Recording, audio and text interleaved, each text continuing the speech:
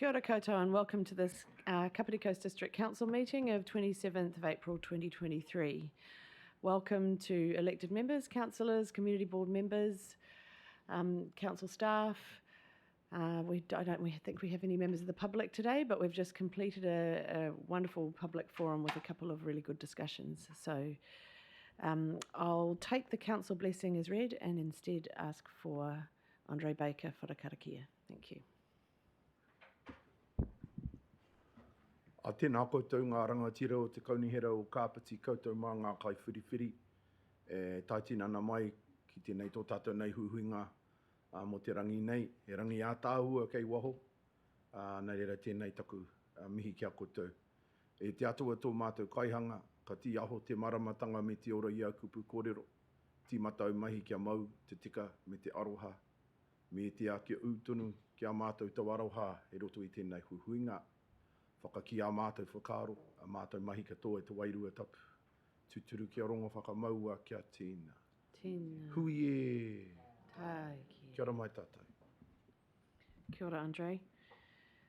Next, we have apologies. Do I have any apologies to record? No, don't appear to be any. Do I have any declarations of interest relating to items on the agenda? No. We have nothing under item 5, nothing under item 6, nothing under item 7. Item 8, members' business. I'll just get a confirmation. Hang on.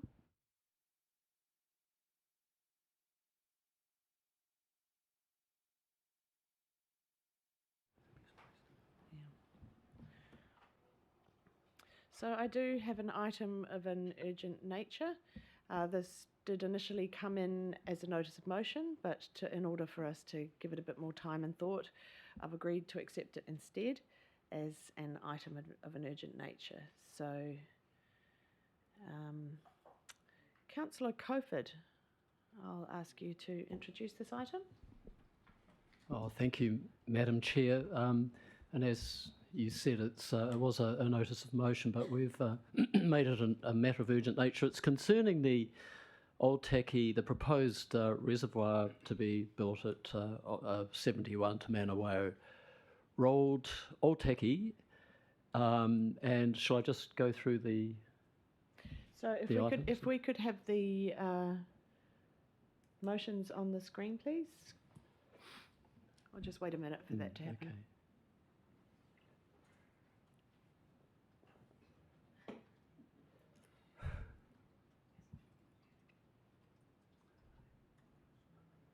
And I'd just like to thank the staff and councillors for their support in putting this together.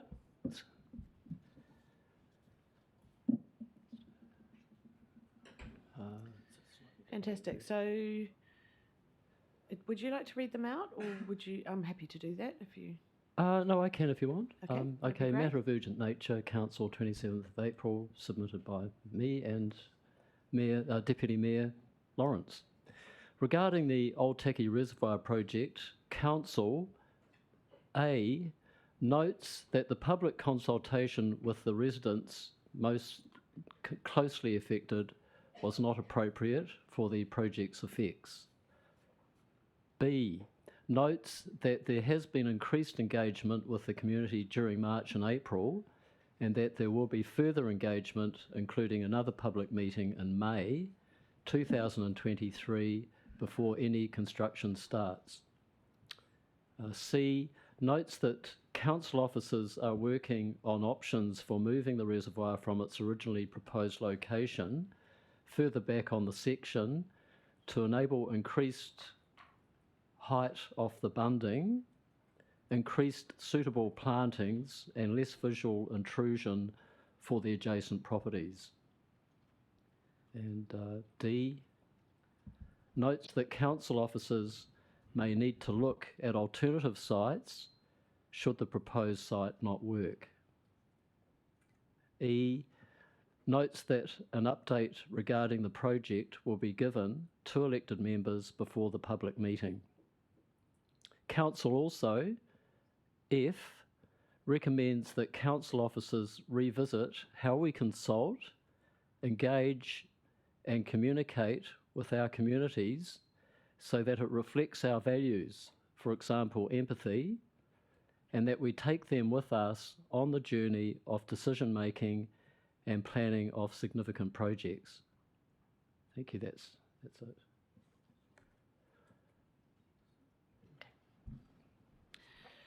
Thanks, Rob.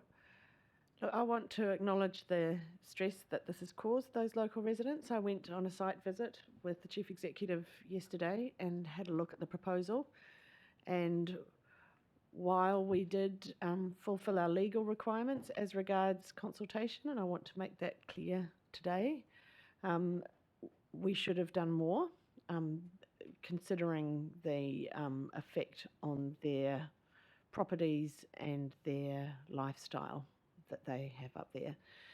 So I think this is really good you've brought this to the council table today so that we can acknowledge that and move forward constructively. And I know that the neighbours, they're really willing to work with us so that we can find a solution that's livable and for everyone and delivers this really important piece of infrastructure, because I know around the table we're really aware that we need to get this some kind of project like this over the line so that we can provide Otaki and the growth that's happening in Otaki with a reliable water supply.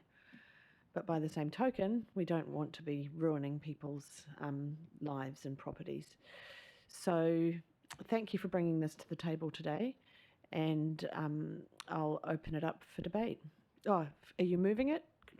Councillor Kirby seconding? Yes. Yeah, so these have been moved and I'll open it for debate.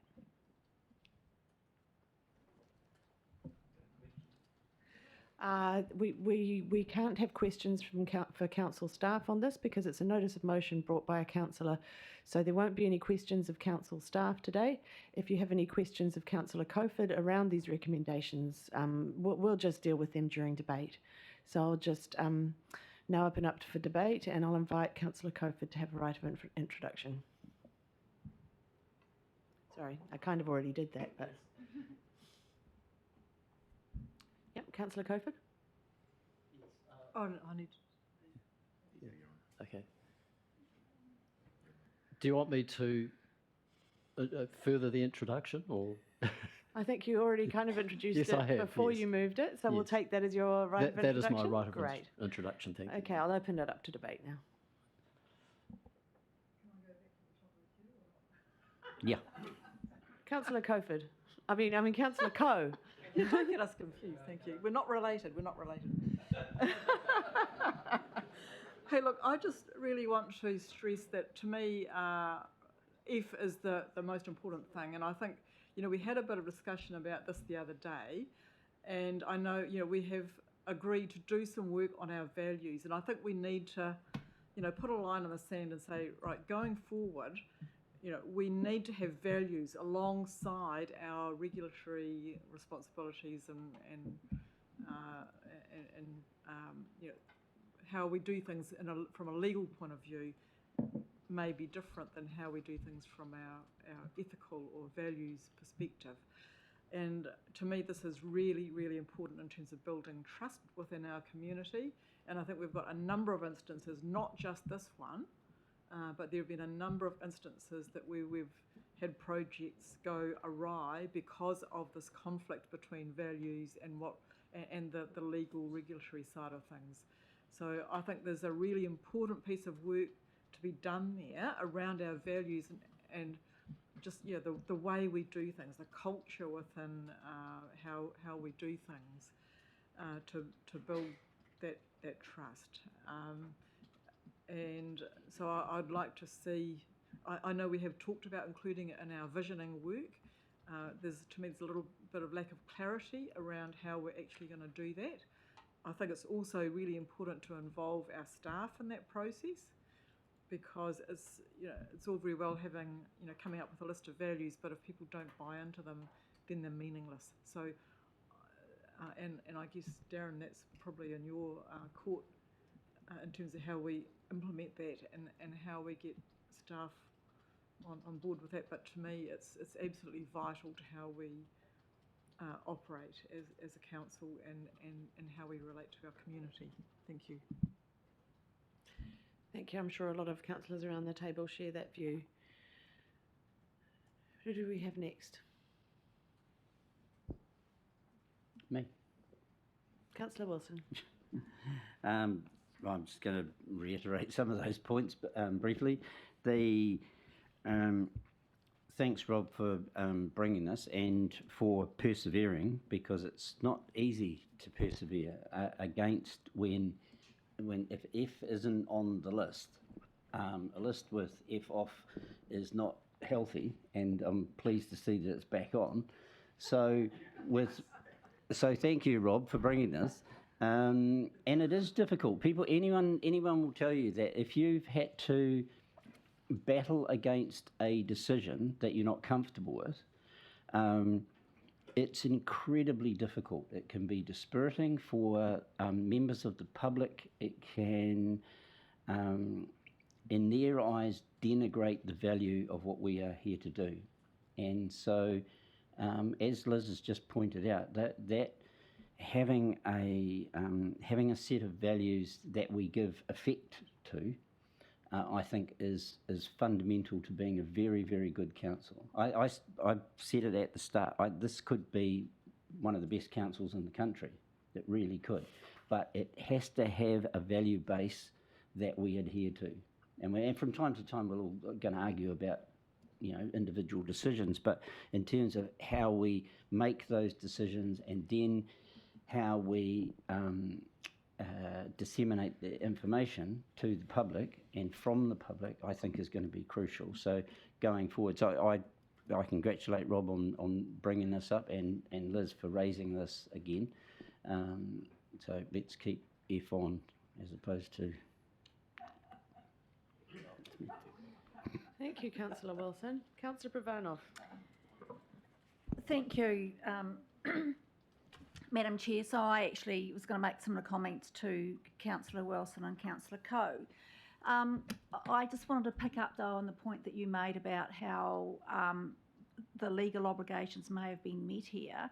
But I think we've also got to be very mindful and also consider very strongly the benefits on or the changes it's going to make on our community, and that includes bringing those potential members of the community along with us. And so, we have some major decisions coming up over the next few years, and life is so much easier if you bring people along with you. You talk to them in the first instance rather than dropping things on them. I do actually have a question, and that relates to B. And it says here that there will be further engagement, including another public meeting in May before any construction starts. So I just want to confirm that no construction will start before that meeting in May. I will ask for the Chief Executive to respond to that. Thank you, Your Worship. In line with what we've been asked here today through the resolution, that's correct. What it doesn't stop, though, is the subdivision development and any work that they undertake.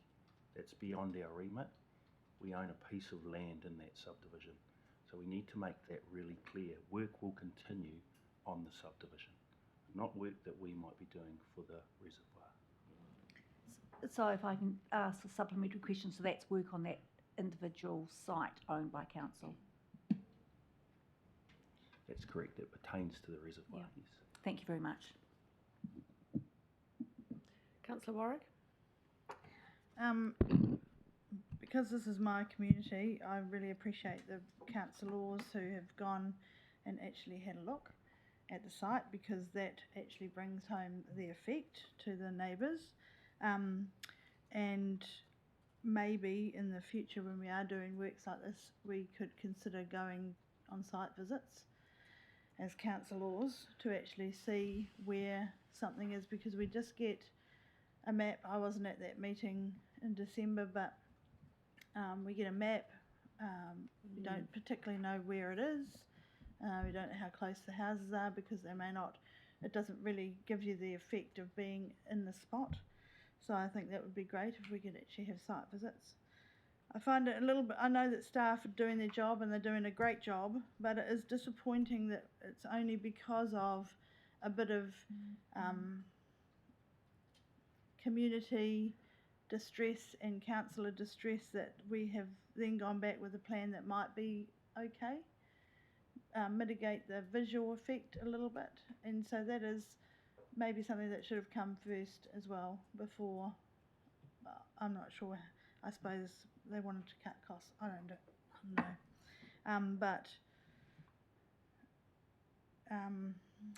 Yeah, I just thank people for coming and coming to our community, mine and Rob's community, and supporting the people that are there. Thanks. Thank you. B. Larissy? Yeah, thank you, Madam Chair. Thanks, Rob. I really appreciate that you brought this. I know as advocates, sometimes we may not do these things in the way that people would like us to, but at the heart of this is an issue that actually affects all of us. I'm seeing the same issue to me as what's happening at Kapiti Lights, just the lack of engagement. It makes me pause to advocate for further issues if this sort of basic stuff isn't getting done. So we definitely don't want to take the F off. And in fact, we need to put urgency on that. Absolutely.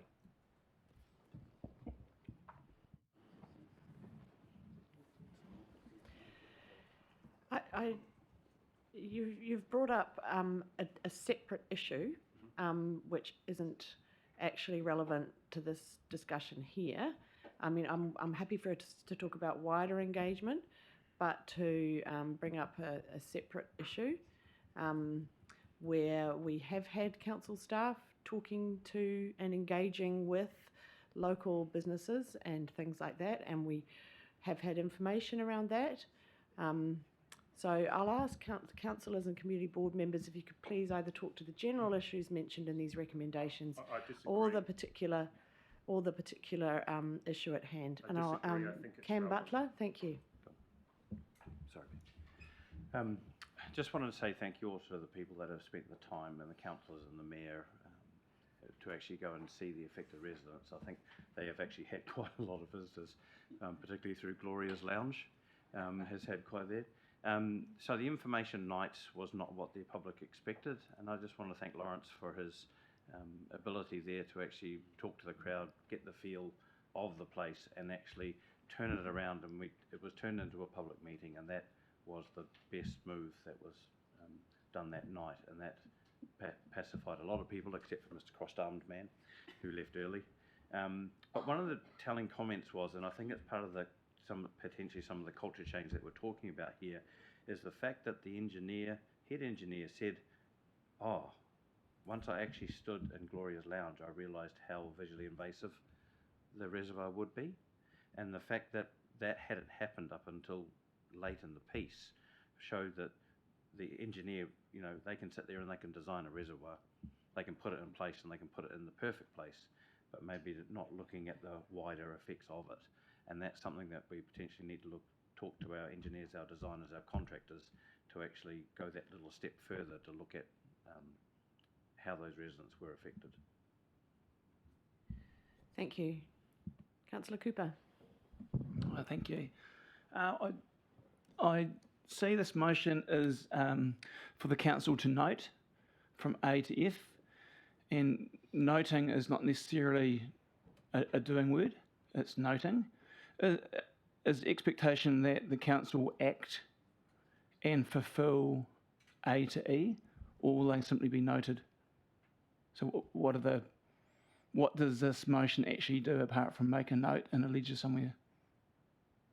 That's my observation.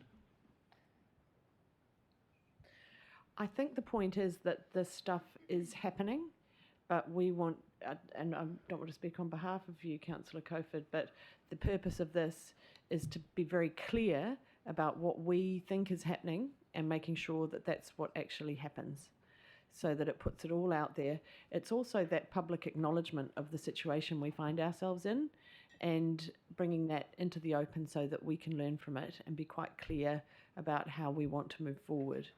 So I don't think we need to take any further action on this because there are already steps in place, and we'll have a briefing on that this afternoon. But I do welcome this because I think it makes it clear where we are, where we intend to go, and how we intend to learn from what's happened. Okay, so the expectation is this will generate, not just noted, it'll actually happen. That will happen. Yeah. Yeah. Thank you. Deputy Mayor Lawrence Kirby.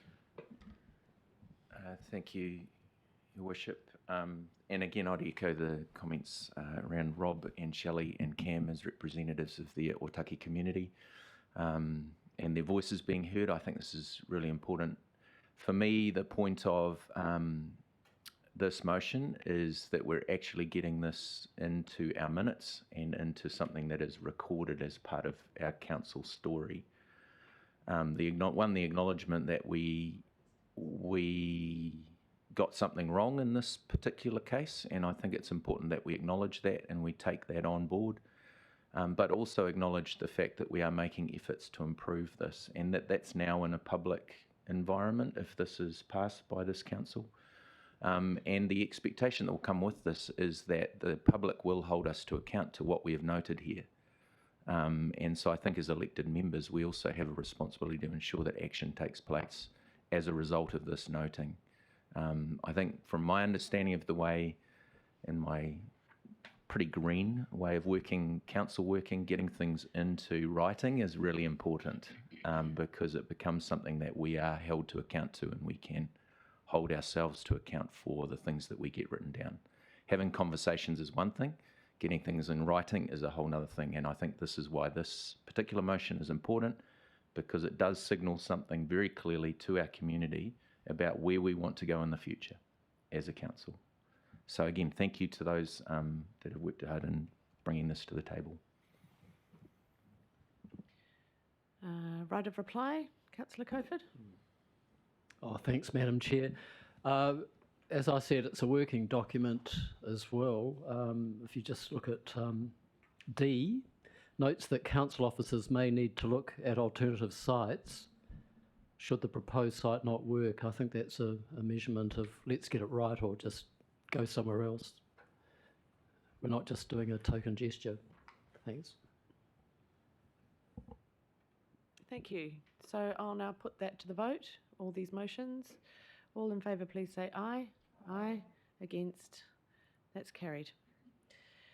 So we'll go back to leave of absence.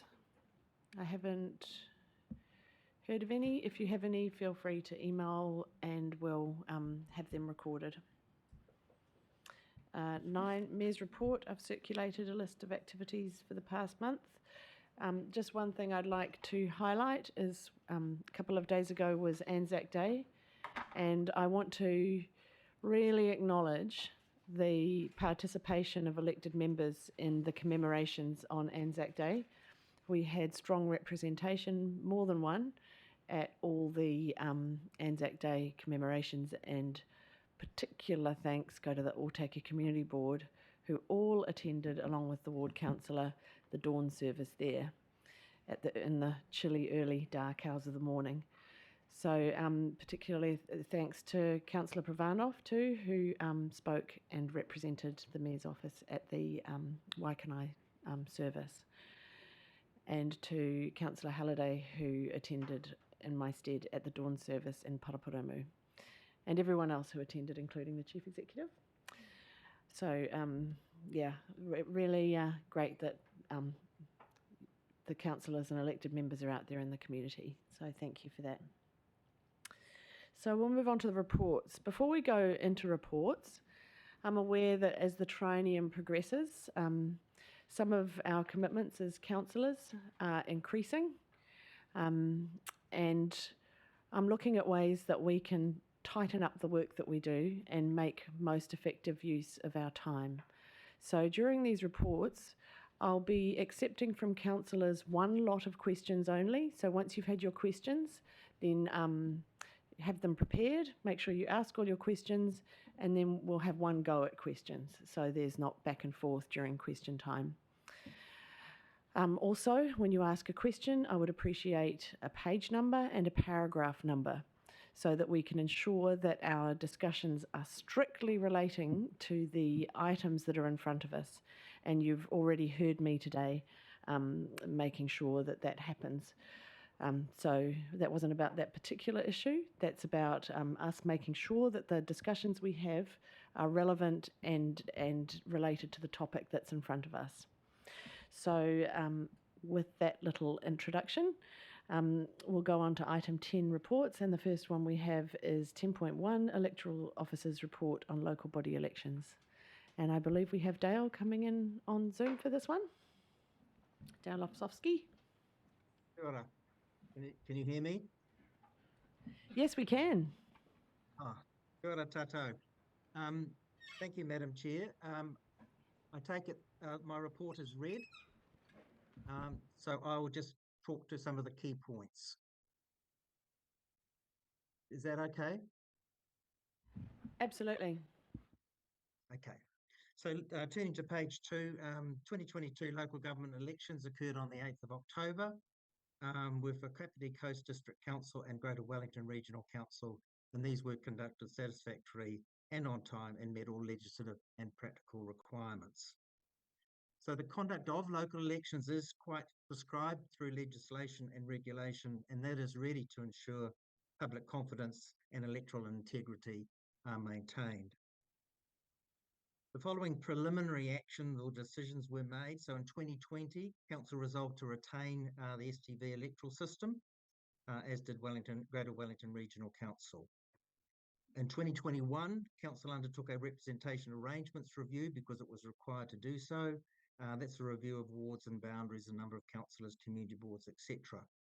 And the final proposal comprised the Mayor, 3 councillors elected at large, 7 councillors elected from 4 wards, and 20 community board members elected from 5 community boards. Postal voting was used, and the random order of candidate names was adopted. And finally, there was no election for the Capital and Coast District Health Board as they were no longer required.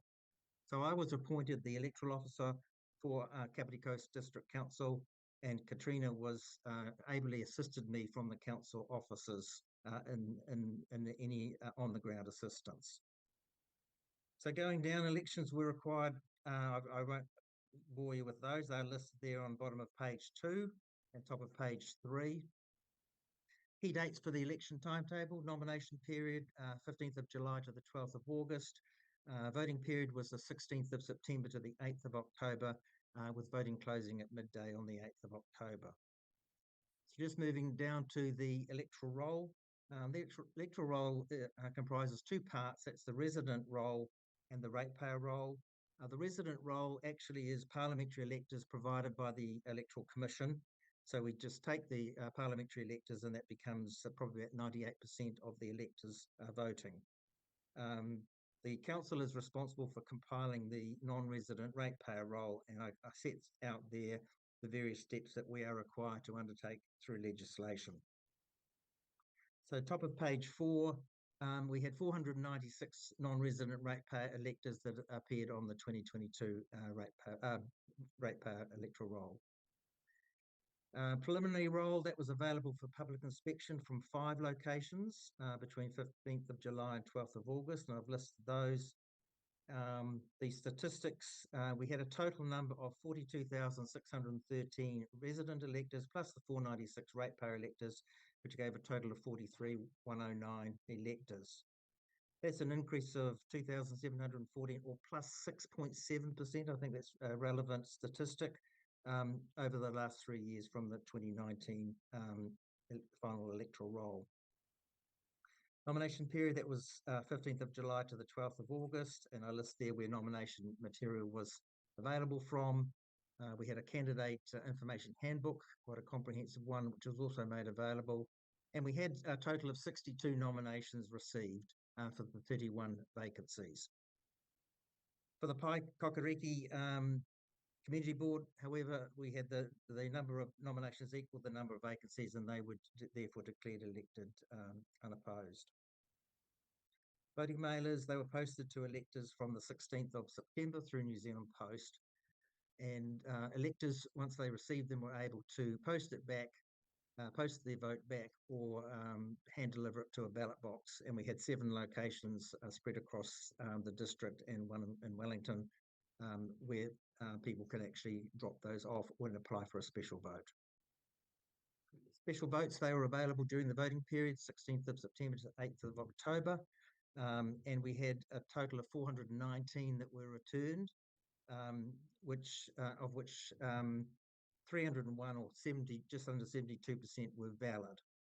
This compared to 764 special votes, so a significant drop in 2022 of the number of special votes cast.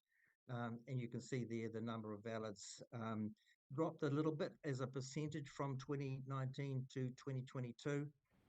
The reason for that is, and councils do ask that, with a special vote, there is a requirement for a declaration, and under law, there are certain aspects of that declaration that must be completed.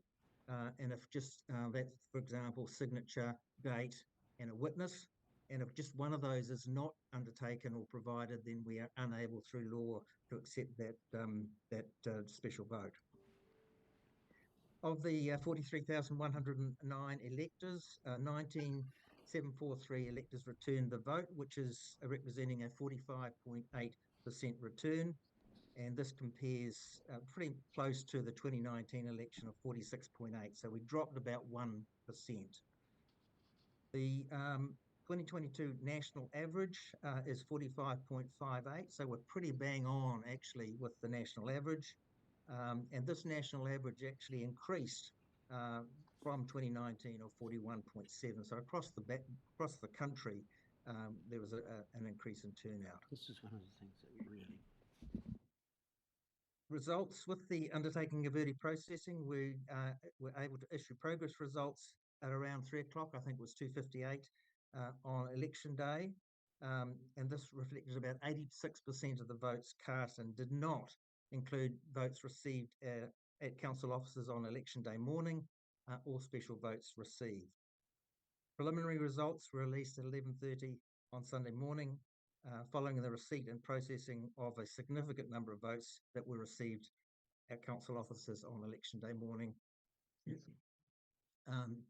But it still excluded special votes, which have to go off to the Electoral Commission to verify their declaration or their enrolment. So these show about 12% of all votes were cast on election day morning. So that's a significant amount, and this is replicated, not unique to you, but is replicated right across the country, where there was a significant last-minute lodgement, if you like, of votes, particularly on that last Saturday morning. The final results were made on Friday the 14th of October and also released. With regard to the election costs, we budgeted $235,000 or for 41,000 electors, and the actual cost has been determined at $252,997 for 43,109 electors. So really, the reason why there was an increase over estimated to actual, we had an additional 2,000 electors, which we didn't budget for. We actually had some savings in postage costs, which was surprising, but our voting mailer costs went up from what was budgeted, and we had some unbudgeted candidate meetings that I attended. So of the total cost of $252,997, council is able to recover $54,470 from the Greater Wellington Regional Council. So that leaves a net cost to the council of $198,527. So that's about the election proper. I just wanted to talk briefly about upcoming issues that may be relevant and of interest to council. After every 3 years, after every triennial election of local elections, Parliament's Justice Committee undertakes an inquiry into the conduct. You may be aware of that, and submissions closed on the 14th of February. I've made a submission on my own right, and I'm doing an oral submission to the committee on the 11th of May. And I've just set out there what the what the Select Committee are looking into, examining the law and administrative processes with particular reference to One of the key ones, of course, is low voter turnout. What can we do about it as a sector? How can we re-engage with our communities to encourage them to participate and vote? And in there, of course, is the age of eligible voters, and that's really whether the age of voting should be reduced to 16. The second part there is the electoral system review. So this is a legal requirement. The council may resolve before the 12th of September this year to change the electoral system used at the last election. So council can consider if they wish to go back to first past the post or retain single transferable voting. But it must do a public notice by the 19th of September this year. And that really basically gives the electors the right to demand a poll if they wish to. So that's just a note that council must do that decision by the 12th of September and then make the public notice by the 19th of September. Second point is Māori representation review.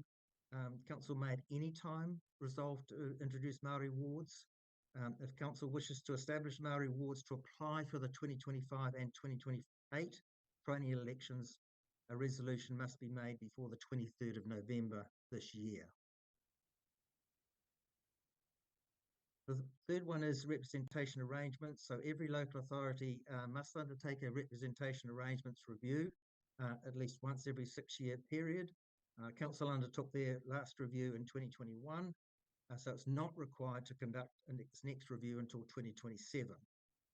However, the legislation is worded that council can undertake a further review after 3 years if it so wishes to change things after 3 years. But also more importantly is that if council chooses to establish Māori wards by the 23rd of November this year to be effective for the 2025 elections, then council must undertake a further representation review in 2024. So that's representation review is quite an involved process, but with the implication of a Māori ward or one or more Māori wards, then everything has to be reviewed. Local government electoral legislation bill. This does affect a number of points that I've just covered off earlier on. There were changes to dates, changes to Māori representation. If you do not have Māori wards already established, which this council doesn't, then there are certain things that under the bill council must do. It must consult with and have regard to the views of Māori and other communities concerning the establishment by the end of December this year. And then they must do a public notice. And then there's further changes going forward about the representation arrangements review if council's undertaken with some date changes, which are really just administrative. There were another tranche of changes proposed under the bill, largely reflecting Auckland Council ability to lift the number of caps on councillors, updating the process for tied elections. So currently you toss a coin and that's it. The person is declared elected. Now looking at if there is a tie, then it automatically goes to a judicial recount. And clarifications that will enable all candidates to submit electronic nominations because the legislation is currently quite clear, not very clear. But on the 4th of April, at the bill's second reading, the Minister for Local Government announced that there will be changes to the bill. Namely, there will be delays starting to the start date for certain provisions, and that's relating to the earlier items that I raised about the electoral system and Māori representation and representation arrangements review. They will be delayed until after the 2025 election, but those other components will be enacted by August this year. That's electronic nominations and that sort of thing. So just on summary and conclusions, the elections were conducted successfully and met all legislative and practical requirements. There were no issues or concerns of significance that arose, and all tasks were completed satisfactorily and on time. However, there are several issues council may wish to consider in the next year or so about the electoral system, as I raised earlier. That decision by the 12th of September. Whether council wishes to establish Māori wards going forward to 2025, then that decision must be made by the 23rd of November and consider whether council undertakes a further representation arrangement review for next year or not. So that's my report, and more than happy to take questions. Thank you, Dale. Just before we do that, I'll just invite Sarah to make any additional comments. Thank Sarah you. Watty. Thank you, Dale, and kia ora koutou. Just a couple of comments on that. Thank you, Dale, for your fulsome overview of the paper. So just on the electoral matters that council may consider over the next year and into 2024. So these are we have a briefing planned to discuss whether council wish to establish a Māori ward. As you know, we've been engaging with mana whenua through Te Whakaminenga o Kapiti, and we've sent some emails out, which you will have seen. So that is a decision isn't required on any of those electoral matters today, and we have time in the council schedule to discuss those matters by way of a briefing or by way of a report. So similarly, we have planned. There will be a paper that will come to you that will ask you to decide whether you wish to retain the single transferable voting system, and it is open to council to consider whether you consider any changes are needed to representation arrangements as well. So those aren't matters that you need to consider today, but just things to be thinking about in the upcoming year. So I don't think there is anything else, unless Janice, there's anything you want to add. So now's a good time for questions. So in terms of upcoming issues, which starts on page 7 of the appendix, I'll leave questions around that until we have those briefings and that further paper. So I'll take questions now on the rest of the report. Councillor Coe. Yes, look, I'm not sure whether these are questions, but they're points that I wish to raise. And okay, we'll do that during debate then, potentially. Right. Yeah. Okay, I'll do that. Yeah. So we have some recommendations in front. I'm not seeing any further lights for questions. We have some recommendations in front of us on page 6 of councillors' agendas. Oh, suddenly we have a whole lot of lights that have gone on. So I'll just backtrack and we'll continue with questions. Councillor Coe, do your light's still on? Are you going to wait to make your comments? I'll turn it off. Yeah, I'll. Okay, and page number and paragraph number, please, with questions. Councillor Halliday. Oh, okay. 3, Madam Chair. Look, first question, page number 15, page 7. At the bottom there, it talks to the position of council's mana whenua partners on establishing a Māori ward. An appropriate approach will be discussed with councils at a briefing. Can I just get some clarity what you mean by appropriate approach? I can speak to this if you're happy with that, Dale. So that refers to the change in the legislative approach. So as you know, the Electoral Legislation Amendment Bill has been progressing, but the aspects relating to Māori wards have been delayed. What that means is that the current legislation, as it is, stands. So council may at any time decide to establish a Māori ward, and there is flexibility on the approach that can be taken for how council and mana whenua engage with the community and Māori at large. So that is what that wording is referring to. Thank you for that, Sarah. And it dovetails onto my next question. If I could just get some clarity. I was under the impression that we've been legislated to consider a Māori ward in this triennium. So, Councillor Wilson, during my introduction to questions, I said that we'd be answering those questions when... Oh, not, sorry, Councillor Halliday. We'd be answering those questions when we have the briefing and consider those issues later on, rather than delving into future steps today. So if you could hold any questions around Māori wards, representation review, all of that stuff, until we have those briefings in that further paper, and then we'll have more information in front of us which might answer your questions. Okay, excuse me, I'll respond to that, Madam Chair. In the time it's just taken for you to tell me that, I would have answered my question and had an answer. This is in relation to this paper specifically around Māori wards. I don't see any issue with regards to asking whether we are legislated to have this conversation. Okay, carry on with your questions, but I'm just aware that once we have the briefing, we'll have more information in front of us, so those questions might be answered for us. Okay. Fine. I'll ask for, and I'm more likely going to get refused here. I wanted to make give a point of feedback, which I think is important to Dale with regards to an incident during the election process, but I didn't want to do it in debate. Yeah. I can do it in debate, but I didn't want it to do it in debate. But if that's what you prefer, that's fine. Question time is for questions. Thank you. Councillor Wilson? You're looking at him still? Sorry. Name challenge today. It's having an identity crisis over here. Thanks for that. In your summary and conclusions, Dale, you talk about that it was the elections were conducted successfully. The bit that I had some concern around is no issues or concerns of significance arose. So the question would be to whom, because there were several issues and concerns of significance.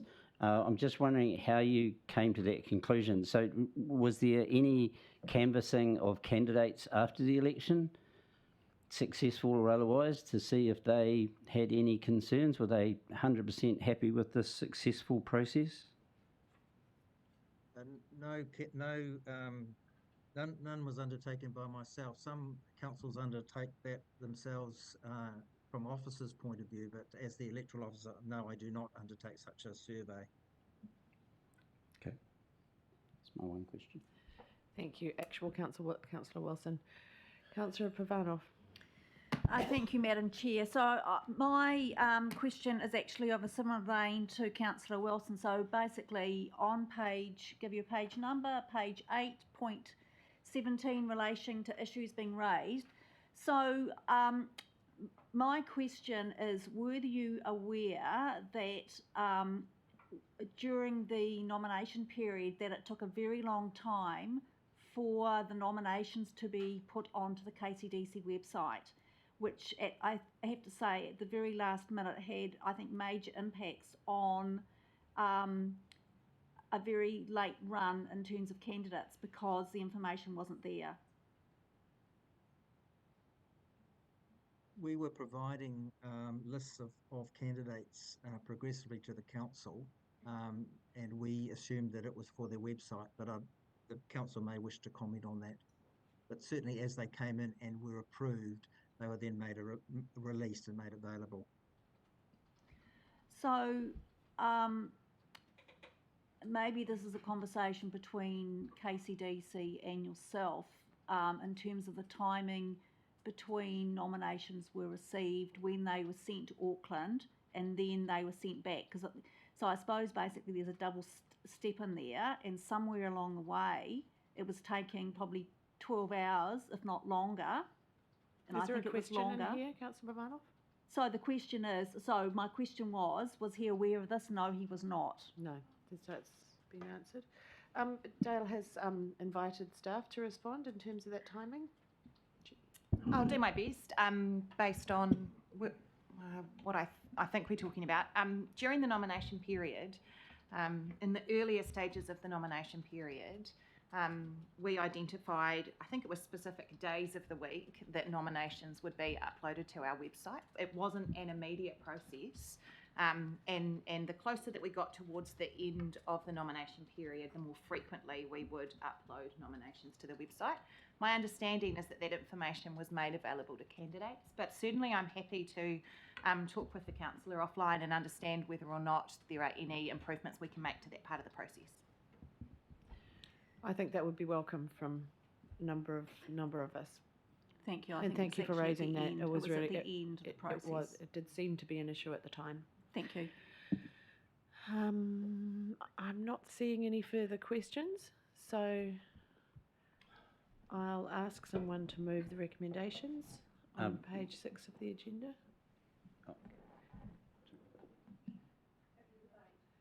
Councillor Hanford's moved. Councillor Kirby has seconded. Right of introduction.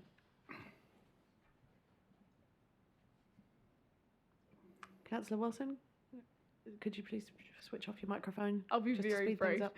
Yeah, kia ora. Just wanted to say thanks to Dale and thanks to the team within Council for their work on pulling together this report and also through the election process last year. Kia ora, Dale. Yeah, Thank you, thank Councillor. Thank you. Something for 250,000. Nigel. Yeah, so there are a number of issues with this, and I raised them as a question. And so there are, I'm not comfortable with reports that report something that I don't find to be the case. Also, I'm not comfortable with the idea that we have, at the start of the council meeting, it was pointed out to not have all the sort of vacuous questions and waste time.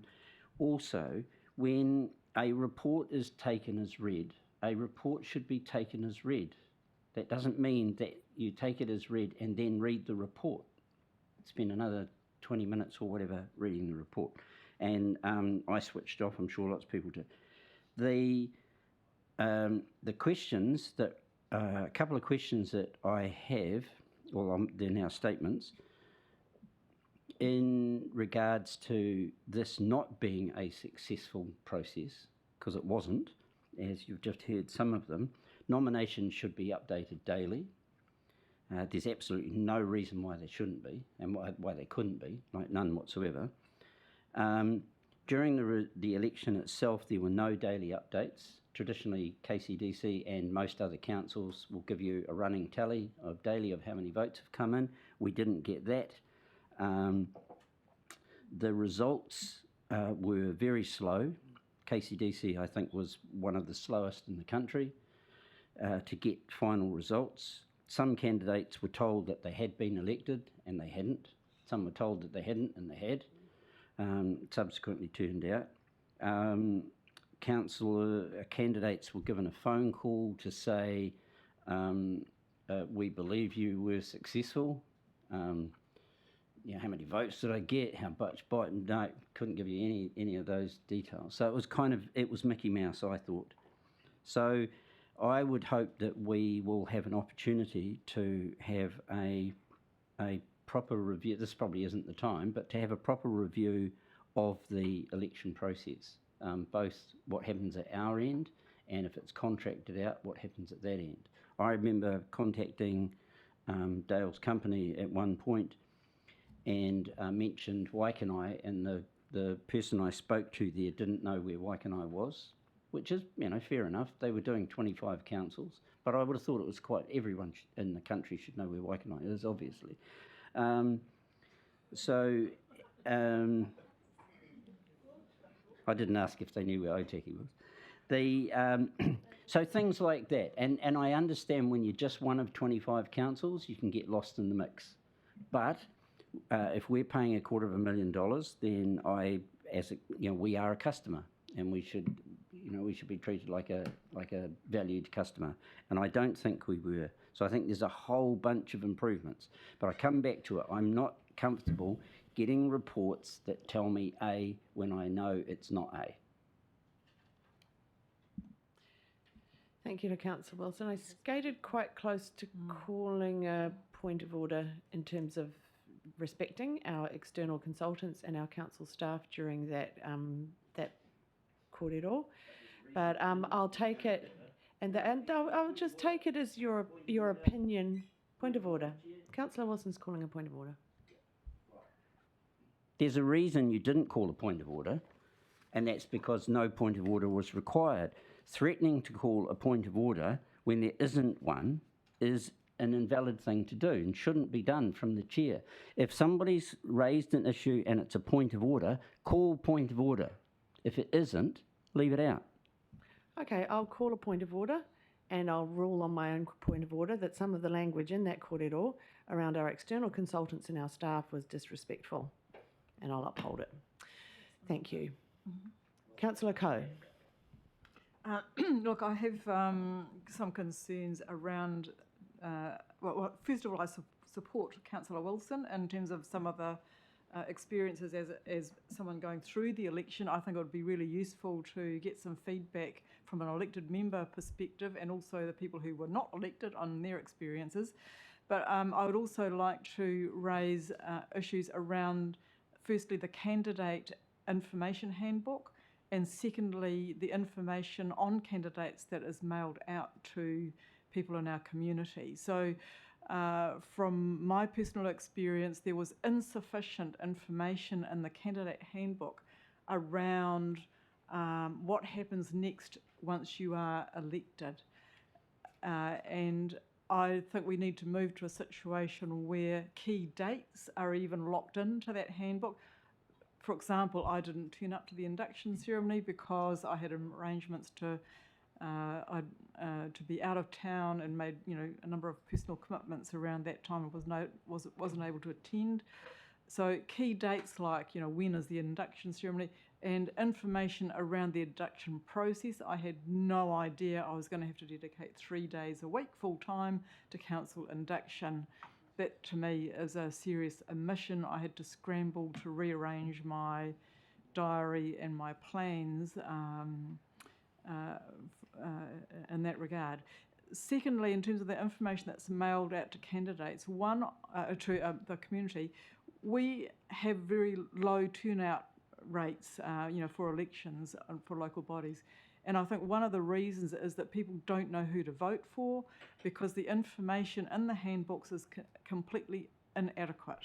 And in this day and age, why are we not making available information electronically, which is much more extensive in its nature? It could include videos from people, it could include election manifestos from people, all sorts of information that will much more greatly inform our public and therefore increase participation in our elections. So I think it's time we moved with the times. What we're doing is woefully inadequate in this day and age. Yes, we still need hard copies for our older people who are not tech savvy, but I would say, even most of our older people are now, able to get onto a website or, use technology to a sufficient extent. So I would like to have some discussion around how we can make changes in those regards for the next election. Thank you. Thank you, Councillor Coe. Councillor Halliday. Thank you, through you, Madam Chair. Look, I do agree actually with a bit of what Councillor Coe said as well, and Councillor Wilson. I was quite surprised that we didn't get a survey. I mean, I do appreciate that there's been a lot of savings for staff time, etc., in this space, and I think using Dale's services was the best approach to do, rather than it being done within council. And I think there needs to be some feedback coming back in. The point I wanted to bring up was around the importance of taking care around informing candidates of results, which has been touched on.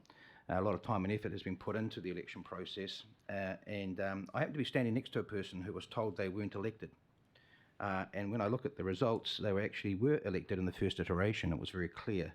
Now that person took it on the chin, but there was hurt there. There was a lot of hurt there. A lot of time goes into these processes. So I just wanted to give that feedback because I haven't had an opportunity to do that, and perhaps I could have done it direct. But the importance, and I think as Councillor Wilson said, we are the customer here in this particular instance. I think just taking that bit of extra care, I prefer to wait a little bit longer and get a correct result rather than go through the emotional process of being told that you haven't been elected when you've put that time and effort in. That can be soul-destroying stuff. I wanted to flag that as feedback, and thank you very much. Thanks, everyone. Glenn Olsen? Yeah. Yeah. Yeah, I just wanted to convey as well the same, and just a little bit of my own, personal what happened for me. So mine was the opposite. So on the first iteration on the Saturday morning, I believe, or was it the Friday night, I got a call to say that I was definitely in. I was told that I was, very high up in the count and that there was no chance that, I'd be caught. On the Sunday, I believe, I got a call to say, oh, sorry, you're no longer in. And then on the Friday, I was rung to say I was on. So you can imagine the roller coaster that I went through, and other people as well. And that means, of course, if I was told that on the Saturday that I was out, that means someone was probably rung to tell that they were in, and then on the Friday. So other people were affected as well. So I do agree. I mean, for me, the process was, quite stressful actually, and for the family and everybody else, because you say you're in, then you're out, and you don't know what to say. So, Yeah, I agree. I mean, I think there must be a better way, to do these results and, get the numbers out. Yeah. So that's all I want to say. Thank you.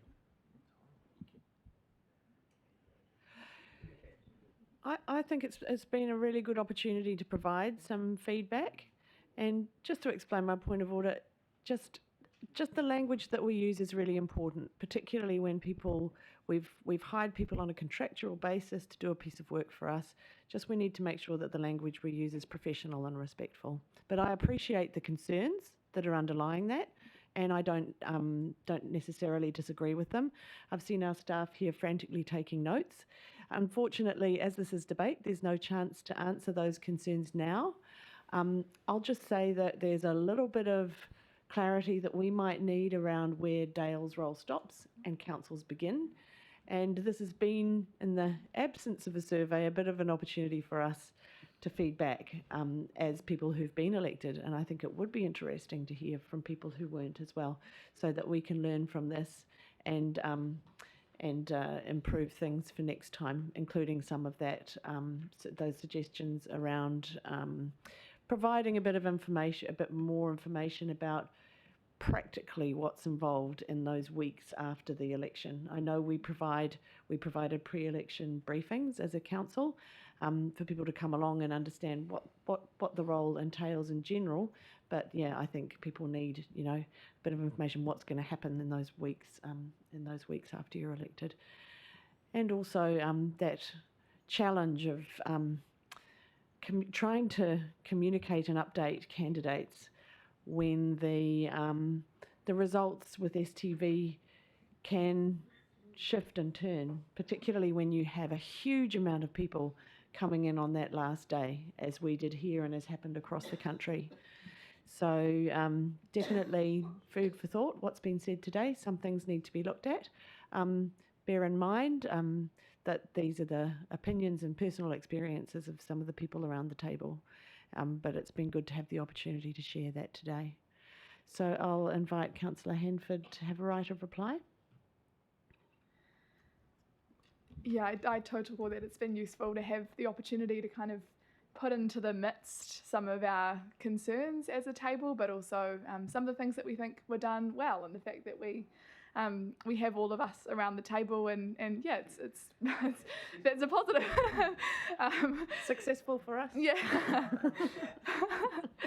No, but in all seriousness though, I do really want to thank Dale and your wider team and also staff again for the work, and I think the comments that have been made by people at the table are suggestions for improvements and recognising where there might have been gaps or ways that we could have kind of made the process a little bit more smooth and convenient for everyone, and that's not taking anything away from the work that you have done.